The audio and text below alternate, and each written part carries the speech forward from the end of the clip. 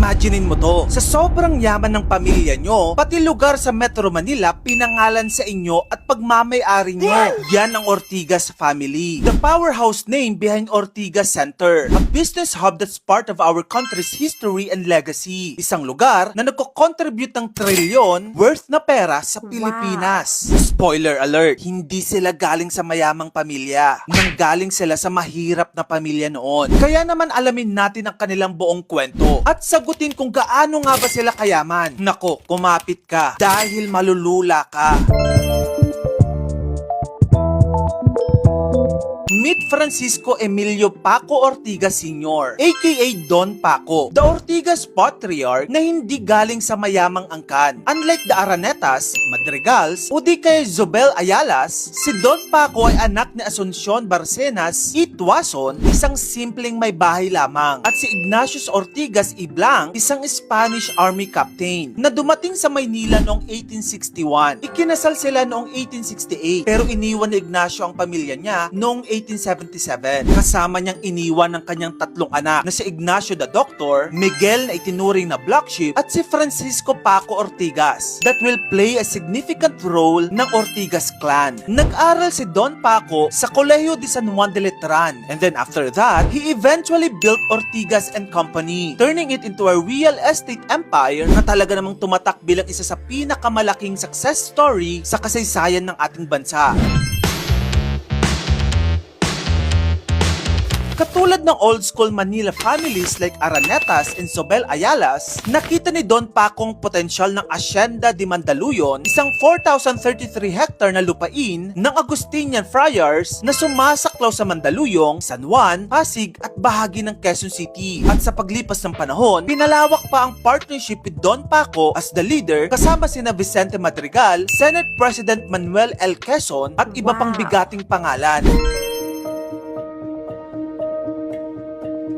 Above all success, totoo ngang wala kang madadala sa huling hantungan mo. Pero yung may iwan mo can be a life changer to your ancestors. Yan ang nangyari kay Don Paco after he passed away noong 1935. The initial findings said that tuberculosis ang sakit niya, pero sa katunayan, lung cancer na pala. Kaya naman naiwan ni Don Paco ang kanyang business na Ortigas Company. But luckily, another chosen one of his 7 children will continue his legacy. Kaya hindi pa rin natatapos ang kwento.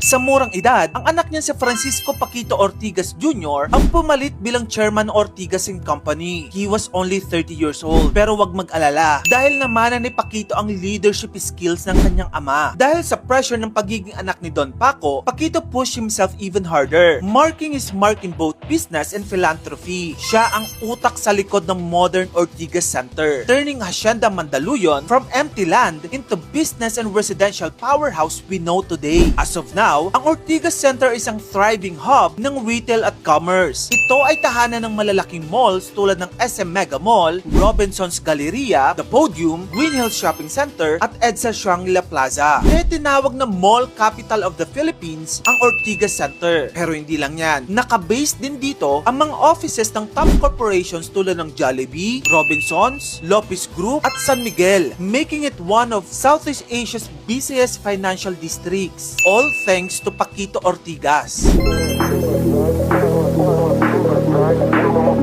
And so the list goes on. Dahil ang pamanang talento ng Ortigas clan didn't only focus on real estates, but also sa film industries. Ang anak ni Paquito Ortigas na si Fernando, or Nando Ortigas for short, is also genius in filmmaking. Siya ang founder ng Toko Film Productions at nakipagtulungan sa Artikulo 1 Productions, bringing us iconic films like General Luna at Goyo ang Batang General. O diba, ang bongga, ang dami nilang naambag sa iba't ibang industriya. The Ortigas family might keep a low profile, but their name is forever etched in Ortigas Center. And just like Don Paquito's motto, ever forward, never backward. Anyway, meron ka pa bang ibang mga clans or family na gusto mong i-feature natin